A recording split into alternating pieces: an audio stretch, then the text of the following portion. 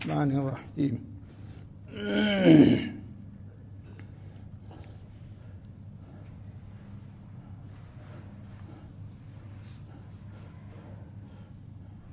الحمد للہ رب العالمین. اشہد ان لا الہ الا اللہ وحدہ لا شریک لہ واشہد ان محمد رسول اللہ خاتم النبیین صلی اللہ علیہ وسلم. اللہ الذی لا الہ الا هو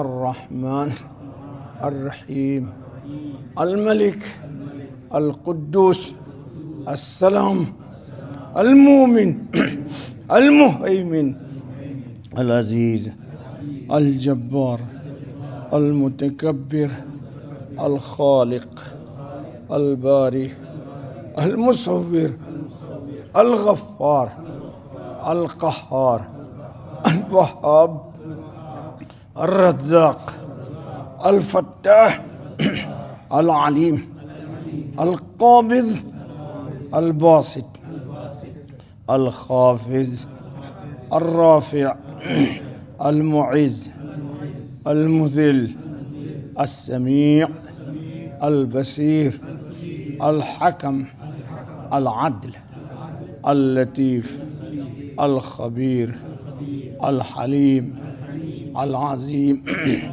الغفور الشکور العلی الکبیر الحفیظ المقیت الحسیب الجلیل الکریم الرقیب المجیب الواسع جل جلالہ. دوستو، آپ کے سامنے 2 روز سے اللہ رب العزت کا پیارا مبارک نام اسماء حسنہ میں الواسع، وسعت اور کشادگی والا. یہ وسعت ہم کو دنیا میں بھی چاہیے اور آخرت میں بھی چاہیے. اور وسعت کے اندر انسان کو فطری طمانینت حاصل ہوتی ہے، اور وسعت میں انسان کو راحت نصیب ہوتی ہے. جی، خواہ وہ وسعت ظاہری ہو یا وسعت باطنی ہو، وسعت دنیاوی ہو یا وسعت اخروی ہو. آپ نے حدیث سنا ہوگا اور ضرور سنا ہوگا کہ بندے کو قبر میں رکھ دیا جاتا ہے، اور قبر انسان کی 2 یا 2.5 فٹ چوڑی ہوتی ہوگی، اس سے زیادہ چوڑی نہیں ہوتی، 3 فٹ ہوتی ہوگی، اور لمبائی انسان کے قد کے حساب سے ہوتی ہے. لیکن بندہ قبر میں اللہ کے فضل و کرم سے ملک النکیرین کو جواب صحیح اور درست دے دیتا ہے، تو اس کی قبر کو کتنا وسیع کر دیا جاتا؟ جی لو، جہاں تک نظر جائے. تو یہ وسعت ہو جاتی ہے. اور اللہ نہ کرے توبہ، اللہ ہم کو بھی امان دے، آپ کو بھی امان دے. اگر قبر تنگ کر دی جاتی ہے تو بخاری شریف میں روایت ہے کہ انسان کی یہ پسلیاں دونوں آپس میں یوں ہو جاتی ہیں.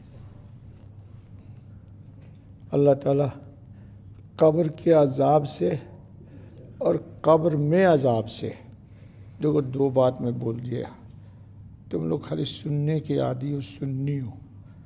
قبر کے اور قبر میں عذاب سے، یہ دونوں سے حضور نے پناہ مانگا ہے.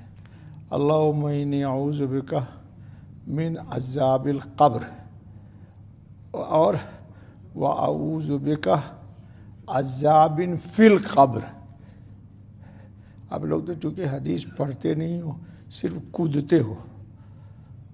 2-4 حدیث پڑھ لی اور دماغ میں بخار آ گیا کہ میں نے حدیث پڑھی ہوئی ہے. تو حضور نے 2 چیز سے پناہ چاہیے. اللہم انی اعوذ بک من عذاب القبر وعذاب فی القبر. اللہم انی اعوذ بک من عذاب النار واعوذ بک عذاب فی النار. اے اللہ میں پناہ چاہتا ہوں آگ کے عذاب سے اور آگ میں عذاب سے. جا کے دیکھو میرے ساتھ آؤ، میں حدیث دکھاؤں گا تم کو. ٹھیک ہے؟ عادتاً ہم لوگ جو دعا مانگتے ہیں تو کہتے ہیں اللہ ہم کو عذاب قبر سے بچا لے. تو نبوت کے کلام میں بہت ہی اعلیٰ درجے کی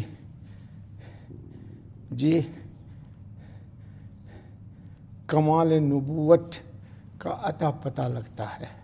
خیر دوستو، تو وسعت جو ہے نا، یہ وسعت اللہ تعالی ہم سب کو عطا فرمائے، تنگی میں مبتلا نہ کرے. دیکھو وسعت سے مراد یہ نہیں ہے کہ آپ کی کوٹھی 1 ایکڑ زمین کی ہو. جی وسعت سے مراد ہے روحانی راحت. روحانی جی 1 ایکڑ کا مکان تو ہے، لیکن بیوی بچوں نے اس میں رہنا عذاب وبال جان بنا دیا. تو کس کام کا وہ 1 ایکڑ کا مکان ہے بھائی؟ جی لیکن 2 ہی روم کا مکان ہے اور سب اخلاق کے پیکر ہیں. جی اور انسان گھر میں داخل ہوتا ہے تو سکون و طمانینت اس کو حاصل ہوتی ہے. اچھا بابا، تو اسی لیے کل میں نے آپ کو بتایا تھا کہ حاملین عرش فرشتے بھی جی اللہ تعالیٰ سے دعا کرتے ہیں کہ اے اللہ ایمان کی مغفرت کیجئے. کیوں مغفرت کیجئے؟ برحمتک، اپنی اس رحمت سے جو وسیع ہے. تو رحمت بہت وسیع ہے. صفات الہیہ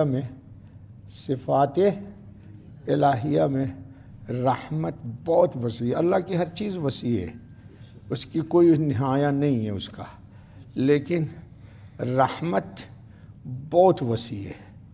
جی علامہ انور صاحب کشمیری نے لکھا رحمۃ اللہ تعالی علیہ کہ رحمت میں اتنی گنجائش ہے کہ پوری کائنات عالم اس میں آ جائے تو بھی وہ پر نہیں ہوگی. تو رحمت میں آنے والوں کی کمی ہے، رحمت میں کوئی کمی نہیں ہے دوستو. تو قرآن کریم نے کہا وسع ربی کل شیء علما، اور قرآن کریم ہی نے کہا ورحمتی وسعت کل شیء، ورحمتی وسعت کل شیء. یہ سورہ اعراف میں 156 نمبر کی آیت کا ایک ٹکڑا ہے. وہی ہے جس کی رحمت ہر شے سے فراخ تر ہے، یعنی بہت وسیع ہے.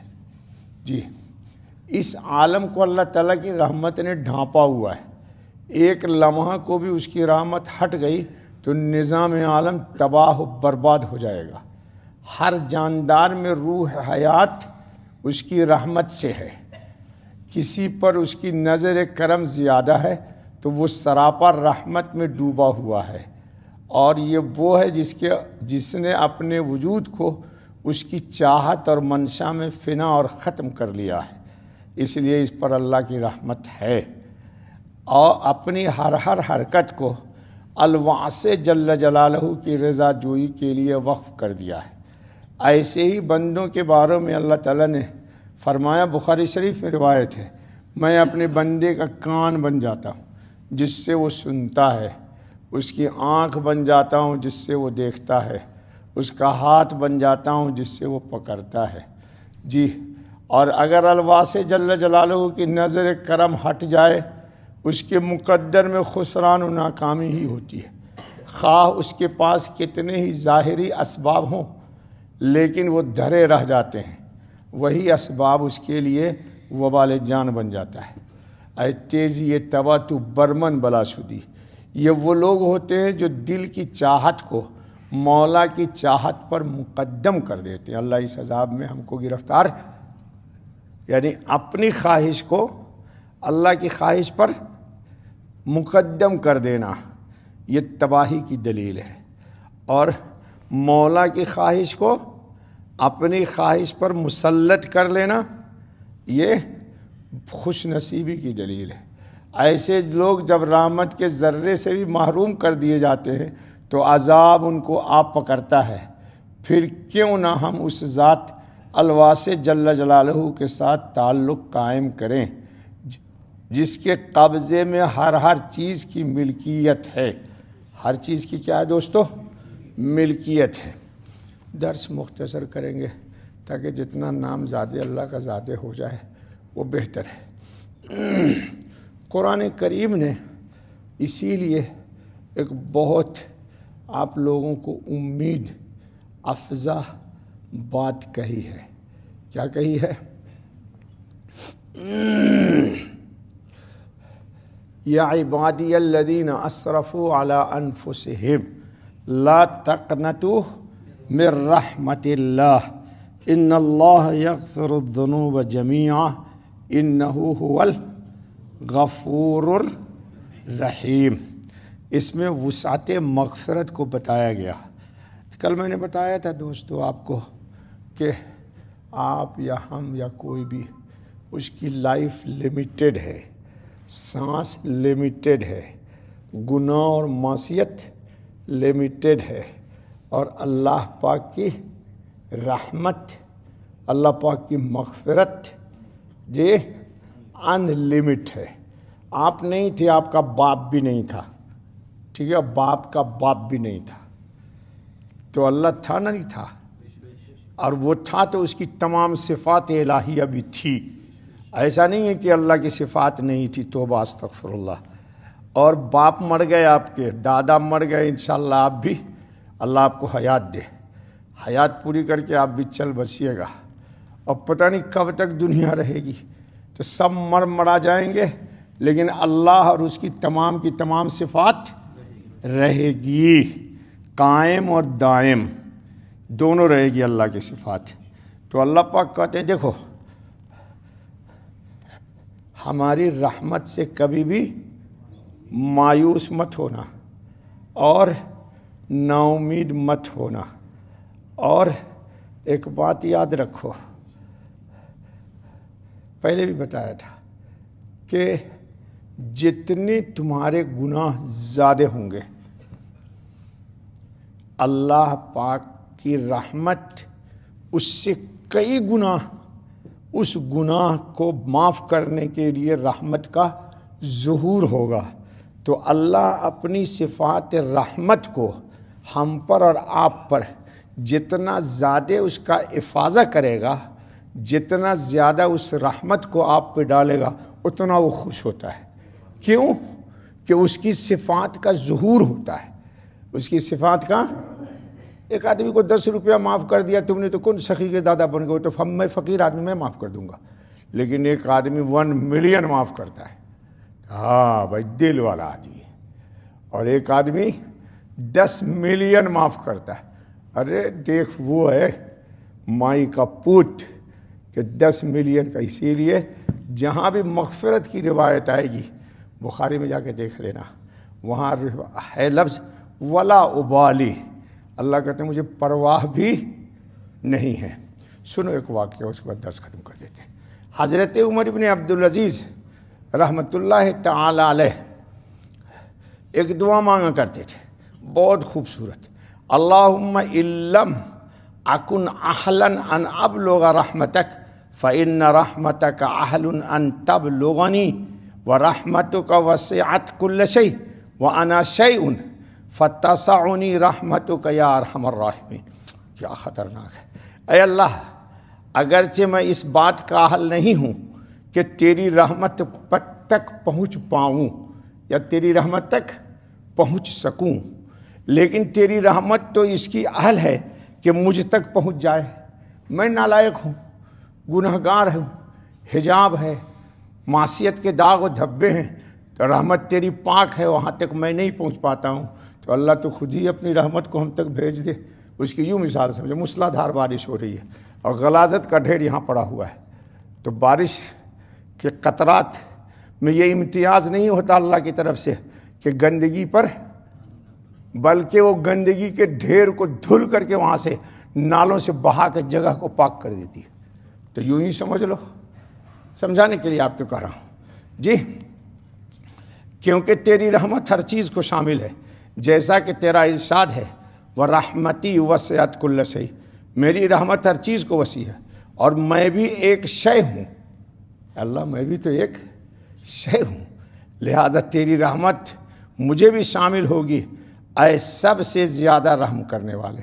یہ عمر ابن عبدالعزیز رحمۃ اللہ تعالی علیہ دعا مانگتے تھے۔ چلو رہنے دو دوستو، سبحان اللہ بحمدہ، سبحان اللہ العظیم، سبحانک اللہم و بحمدک، اشہد ان لا الہ الا انت، استغفرک و اتوب الیک۔